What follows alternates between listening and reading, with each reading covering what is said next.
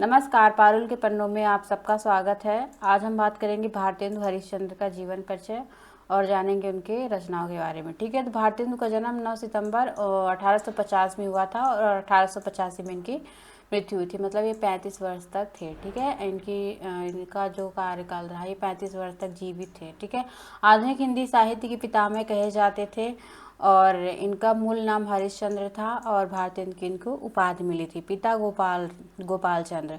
ठीक है, पिता गोपाल चंद्र एक अच्छे कवि थे। भारतेंदु के नाटक लिखने की शुरुआत बंगला के विद्या सुंदर से हुई, जो जिसका प्रकाशन 1867 कहीं 68 मिलता है। ठीक है, 1868 में अनुवाद होता है। रामविलास शर्मा लिखते हैं इनके विषय में कि देश के रूढ़िवाद का खंडन करना और महंतों, पंडे और पुरोहितों की लीला है ना प्रकट करना निर्भीक पत्रकार हरिश्चंद्र का ही काम था। तो ये कौन लिख रहा है? तो रामविलास शर्मा लिखते हैं किसके लिए?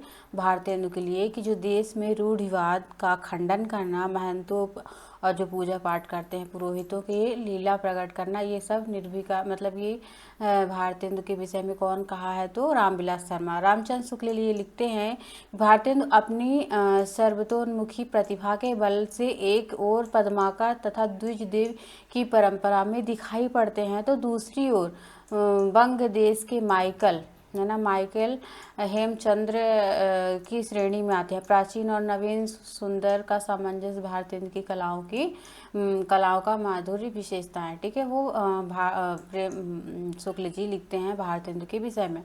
ठीक है, आगे चलते हैं। भारतेंदु के जो नाटक है, मुख्य नाटक, तो अनुदित नाटक। अनुदित मतलब जो दूसरे के नाटक का अनुवाद किया था भारतेंदु जी ने। ठीक है, विद्या सुंदर 1868, संस्कृत का नाटक चौर पंचासी का के यतीन्द्र मोहन ठाकुर का ये नाटक था, है ना, और बंगला में मतलब संस्करण का हिंदी अनुवाद किया था। ठीक है, तो ये अगर क्वेश्चन ऐसे आता है कि जो विद्या सुंदर नाटक है ये किसका अनुवाद है? तो चौर पंचासिका का। ठीक है, चौर पंचासिका यतीन्द्र मोहन ठाकुर का ये नाटक था, तो भारतेंदु ने इसका अनुवाद किया संस्कृत में। ठीक है, पहले ये बंगला भाषा में था। आगे चलते हैं। पाखंड विडंबन क्या है? 1872 कृष्णदत्त मिश्र का ये नाटक है ना। पाखंड विडंबना जो है तो ये प्रबोध चंद्रोदय इनका नाटक था, है ना। इसका अनुवाद पाखंड। तो कैसे याद रखेंगे? प्रबोध पाखंड, क्योंकि पेपरों में अक्सर भूल जाते हैं, तो ट्रिक ऐसे बनाएंगे कि प्रबोध पाखंड, है ना, पास से प्रबोध पाखंड। तो पाखंड विडंबना जो है, विडंबन किसका अनुवाद है? तो प्रबोध चंद्रोदय कृष्ण मिश्र। ठीक है, धनंजय विजय क्या है? 1873 व्यायोग ये नाटक का प्रकार है ना, किस प्रकार सट्टक, नाट्य, गीत, रासक, है ना, ऐसे होते हैं। तो कांचन कवि का है ना, कांचन कवि का ये संस्कृत नाटक का अनुवाद किया था। ठीक है, तो कांचन कवि का क्या है? धनंजय विजय। कर्पूर मंजरी 1875 राजशेखर की मतलब कृति जो है प्राकृत का नाटक अनुवाद किया था। कर्पूर मंजरी किसका नाटक था? तो कर्पूर मंजरी जो है राजशेखर का नाटक था, है ना, और इसका अनुवाद भारतेंदु जी ने किया था। ठीक है, ये प्राकृत भाषा का था। ठीक है, तो कर्पूर मंजरी के नाम से ही था, तो इन्होंने इसी नाम से इसका अनुवाद किया भारतेंदु जी ने। फिर आते हैं भारत जननी 1877 नाट्य गीत है। ठीक है, और बंगला की भारत माता के अनुवाद पर आधारित है। ठीक है, तो ये बंगला भाषा में लिखा गया था भारत माता के नाम से, भारत जननी। ठीक है, मुद्रा राक्षस 1878, ये हर बार पूछा जाता है ना, यहाँ से क्वेश्चन आता है। मुद्रा राक्षस नाटक है। ठीक है, विशाख दत्त का नाटक था मुद्रा राक्षस। ठीक है, इसका अनुवाद भारतेंदु जी ने 1878 में किया। दुर्लभ बंधु शेक्सपियर के मर्चेंट ऑफ वेनिस का अनुवाद है। ठीक है, तो शेक्सपियर का ये नाटक था मर्चेंट ऑफ वेनिस, इसका अनुवाद दुर्लभ बंधु नाम से किया। तो कैसे याद करेंगे कि जो शेक्सपियर थे उनका जो मर्चेंट ऑफ वेनिस था वो दुर्लभ था। मतलब दुर्लभ मतलब जो कहीं मिलता नहीं, मतलब जो बहुत दिन बाद मिले या फिर जो कहीं मिले ना, कभी दिखाई ना दे, दुर्लभ, है ना। तो दुर्लभ यानी मर्चेंट ऑफ वेनिस मतलब दुर्लभ 1880। ठीक है, तो इनका आप क्रम भी याद रखें, क्योंकि अनुदित नाटकों का क्रम भी याद आता है, पूछता है। ठीक है, आगे चलते हैं। भारतेंदु के मौलिक नाटक। मौलिक मतलब जो उन्होंने खुद लिखा था। वैदिक हिंसा, हिंसा नवावध 1873, है ना। विशेष विश्व औषधम 1876, प्रेम जोगनी 1875, चंद्रावली 1876, भारत दुर्दशा 1880, नील देवी 1881, अंधेर नगरी 1881 और सती प्रताप 1883। सती प्रताप इनका जो नाटक है अधूरा नाटक है, ठीक है। वैदिक हिंसा, हिंसा नवावध, तो इसको क्रम से याद कर लेंगे ट्रिक बना के। वैदिक हिंसा, हिंसा नवावध, विशेष विश्वमौधम, प्रेम जोगनी, चंद्रावली, भारत दुर्दशा, नील देवी, अंधेर नगरी और सती प्रताप, ठीक है। आगे चलते हैं। जो सती प्रताप जो इनका नाटक है तो ये अधूरा, इसको राधा कृष्ण दास ने पूरा किया था। भारतेंदु के बुआ के लड़के थे, ठीक है। भारतेंदु की बुआ के लड़के थे राधा कृष्ण दास, इन्होंने सती प्रताप नाटक को पूरा किया था, है ना। 1883 सती प्रताप का जो समय है 1883, ठीक है। अमौलिक नाटक जो है इसके अंतर्गत जो विषय है वो हम चलते हैं आगे देखते हैं। वैदिक हिंसा, हिंसा नवावध जो नाटक है इनका मौलिक नाटक, इसमें पाखंड, मांसाहारी पुरोहित और शैव, है ना, वैष्णवों पर व्यंग्य किया गया है। वैदिक हिंसा, हिंसा नवावध। और विशेष विश्व औषधम में क्या है तो राष्ट्रभक्ति परक नाटक है ये विशेष औषधम। इसमें बड़ौदा के गायकवाड़ गद्दी के उतारे जाने तथा साई जी को उनके स्थान पर बिठाए जाने की घटना है विशेष में, ठीक है। प्रेम जोगनी में क्या है, प्रेम जोगनी का जो विषय वस्तु है तो प्रेम जो है चौधरी काशी का छायाचित्र है ना, काशी का छाया चित्र है। इसमें तत्कालीन काशी की स्थिति का चित्रण किया गया है। अगर ऐसे पूछेगा कि भारतेंदु के किस नाटक में काशी का चित्रण है तो प्रेम जोगनी में, ठीक है। चंद्रावली, चंद्रावली कृष्ण ऐसे भी कहा जाता है कि जो क्योंकि जो भारतेंदु है उनकी जो भक्ति का इसमें चित्रण देखना चाहिए, किस प्रकार मतलब कृष्ण के प्रेम में चंद्रावली कृष्ण की प्रेमिका है, ठीक है। रामविलास शर्मा लिखते हैं चंद्रावली के बारे में कि चंद्रावली भारतेंदु की आत्मा का प्रतिरूप है, ठीक है। ये रामविलास शर्मा जी का कथन है। रामविलास शर्मा जी लिखते हैं चंद्रावली के बारे में कि चंद्रावली भारतेंदु की आत्मा का प्रतिरूप है, ओके। ये क्वेश्चन भी आ चुका है, ठीक है। चंद्रावली के माध्यम से भारतेंदु ही अपने आराध्य देव के प्रति प्रेम निवेदन करते हैं, ठीक है। चंद्रावली मतलब जो अपना नाटक लिखे उन्होंने चंद्रावली, उसके माध्यम से वो मतलब आराध्य देव के प्रति अपना निवेदन प्रस्तुत करते हैं, ठीक है। अंधेर नगरी में क्या है, नेट के सिलेबस में भी लगा हुआ है 1881। तत्कालीन शासन के ऊपर बहुत बड़ा व्यंग किया गया है ना। कहते हैं कि बिहार प्रांत के किसी बड़े जमींदार के अंधेर को देखकर मतलब भारतेंदु ने इसकी रचना की थी, ठीक है। तो बिहार प्रांत के जमींदार को देखकर। भारत दुर्दशा में क्या है तो ये नाट्यरासा 1880। भारतेंदु ने अपने हृदय की संपूर्ण व्याकुलता को व्यक्त कर दिया। रामचंद्र तिवारी जी लिखते हैं, ये रामचंद्र तिवारी से मैंने कोटेशन को उठाया है कि जो भारतेंदु हैं अब अपने हृदय की संपूर्ण व्याकुलता को उन्होंने व्यक्त किया है। तत्कालीन सामाजिक यथार्थ का चित्रण किया है, किस प्रकार भारत दुर्दशा में अंग्रेजों का जो था मतलब जैसे भारत दुर्दैव के जरिए वो दिखाते हैं भारत दुर्दशा में, ठीक है। अनुदित नाटक है विद्या सुंदर, एक प्रेम कहानी है। वर्धमान नगर की राजकुमारी विद्या और कांचीपुर के राजकुमार गुड़ सिंह का प्रेम मिलन और विवाह का चित्रण है विद्या सुंदर में, ठीक है। पाखंड विडंबना क्या है तो पाखंड विडंबन में वैष्णव धाम की ओर से का झुकाव है। 3 अंक का नाटक है, ठीक है। ये कितने अंक का नाटक है, अंक भी पूछे जाते हैं, ठीक है। धनंजय विजय क्या है, विराट के यहाँ अज्ञातवास करते हुए समय गायों की रक्षा करने वाले अर्जुन का कौरवों से युद्ध तथा उत्तरा और अभिमन्यु की विवाह की कथा है धनंजय विजय में, ठीक है। तो धनंजय विजय में जो अर्जुन है वो कौरवों से युद्ध करते हैं, ठीक है, अज्ञातवास में जब रहते हैं उस टाइम पे। और उत्तरा और अभिमन्यु का विवाह की इसमें कथा है धनंजय विजय में। कर्पूर मंजरी में क्या है, कर्पूर मंजरी नाटक जो है तो इसमें राजा चंद्रपाल और कर्पूर मंजरी के प्रेम विवाह का चित्रण है, ठीक है। तो कर्पूर मंजरी जो है राजा चंद्रपाल और कर्पूर मंजरी के प्रेम का चित्रण है। भारत जननी 1877 नाट्य गीत बगला की भारत माता का हिंदी अनुवाद किया गया है भारत जननी में, ठीक है। इसका सन जरूर आप याद रखें, भारत जननी 1877। देश की दुर्दशा का चित्रण के साथ उसमें मुक्ति करने का मतलब मुक्ति चित्रण है, ठीक है, भारत जननी में। ठीक है, मुद्रा राक्षस का विषय वस्तु क्या है, तो मुद्रा राक्षस में चाणक्य और राक्षस के राजनीति के दाव पेच, नंद का नाश, चंद्रगुप्त का सम्राट तथा रक्षा द्वारा चंद्रगुप्त का आमंत्रण स्वीकार किया जाना वर्णित है। मतलब जो मुद्रा राक्षस नाटक है उसमें आप ये याद रखेंगे कि जो चाणक्य है और चंद्रगुप्त इसका इसमें चित्रण है। ठीक है, दुर्लभ बंधु क्या है, शेक्सपियर के मर्चेंट ऑफ वेनिस की कथा का भारतीयकरण किया गया है। ओके, आगे चलते हैं। शीतला प्रसाद त्रिपाठी ने का नाटक जो है जानकी मंगल है ना, तो ये किसका नाटक है जानकी मंगल, शीतला प्रसाद त्रिपाठी का। इसमें भारतेंदु ने अपने मतलब भारतेंदु जी ने क्या किया था, तो इसमें खेला था, काशी में खेला गया था ये नाटक 1868 है ना। 1868 भारतेंदु ने लक्ष्मण की भूमिका निभाई थी। ऐसे क्वेश्चन पूछा जाता है कि भारतेंदु ने किसकी भूमिका निभाई थी, तो लक्ष्मण की भूमिका 1868 में। ठीक है, नील देवी में पागल की भूमिका निभाई थी, मतलब ये नाटक खेले थे। तो लक्ष्मण की भूमिका किस में निभाते हैं, तो जानकी मंगल।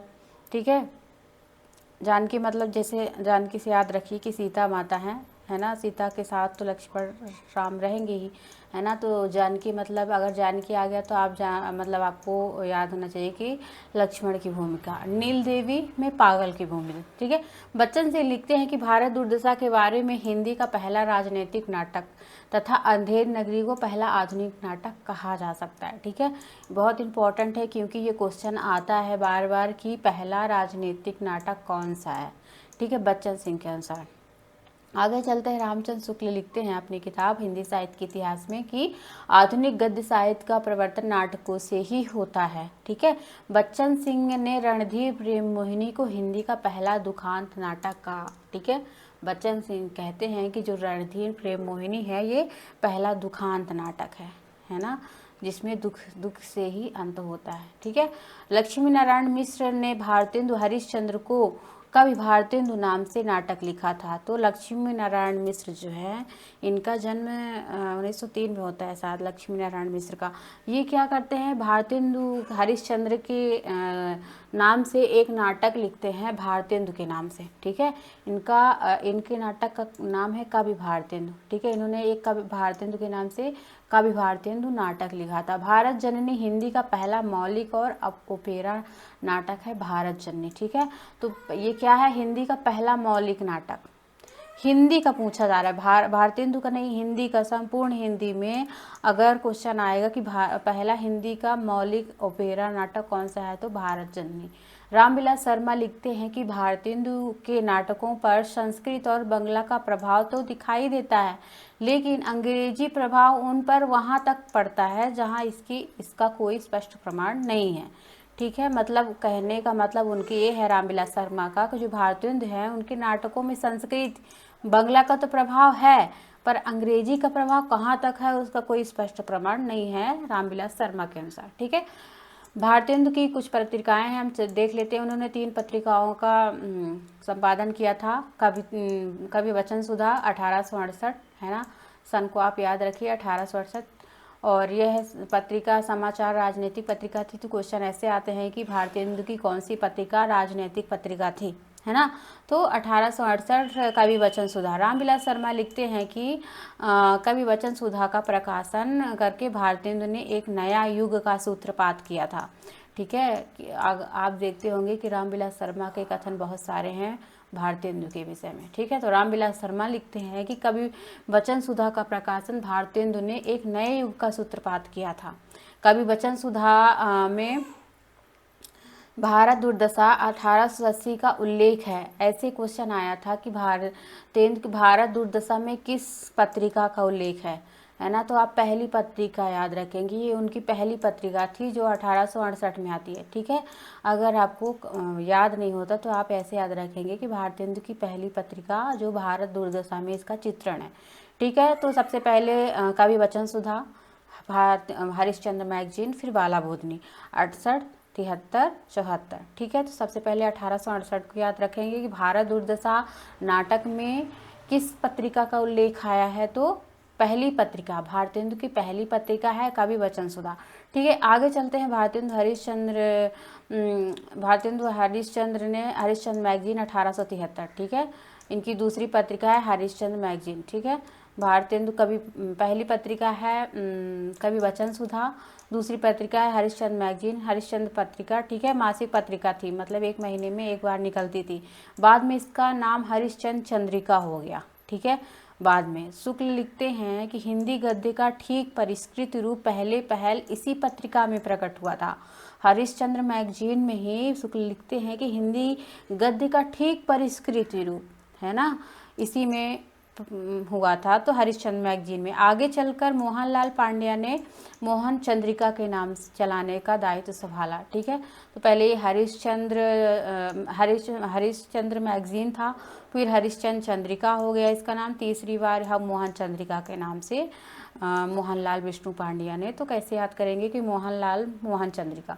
ठीक है, मोहनलाल ने अपने नाम से मोहन चंद्रिका हरिश्चंद्र मैगजीन को तीसरे उसमें किया। ठीक है, बाला बोधनी क्या है 1874, इनकी तीसरी पत्रिका है। ठीक है, 1873, तो 68, 73 और 74, 1868, 1873 और 1874 3 पत्रिकाओं का संपादन भारतेंदु हरिश्चंद्र ने किया था। ये 4 वर्ष तक चली। ठीक है, 4 वर्ष तक इसका संपादन मतलब ये चला। ठीक, यह पत्रिका महिलाओं के लिए थी, स्त्रियों को घरेलू शिक्षा देने के लिए किया गया था। ठीक है, मतलब घर के काम कैसे करने चाहिए। ठीक है, तो इन सब के लिए बाला बोधनी 1874।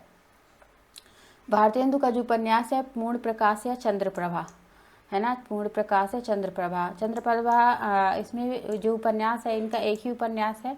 ठीक है, एक ही उपन्यास मिलता है इनका। ठीक है, तो पूर्ण प्रकाश जो प्रभा है तो आनंद विग्रह की लड़की है। ठीक है, पूर्ण प्रकाश लखनऊ के कैनिंग कॉलेज में छात्र है। चंद्रप्रभा और पूर्ण प्रकाश का प्रेम होता है। ठीक है, इसमें चंद्रप्रभा और पूर्ण प्रकाश की प्रेम कहानी का चित्रण है। जो भारतेंदु का उपन्यास है, ये हजारी प्रसाद जी से पहला उपन्यास मानते हैं शायद। ठीक है, बाल मुकुंद गुप्त लिखते हैं कि वे तेज, तीखा और बेधड़क लिखते थे।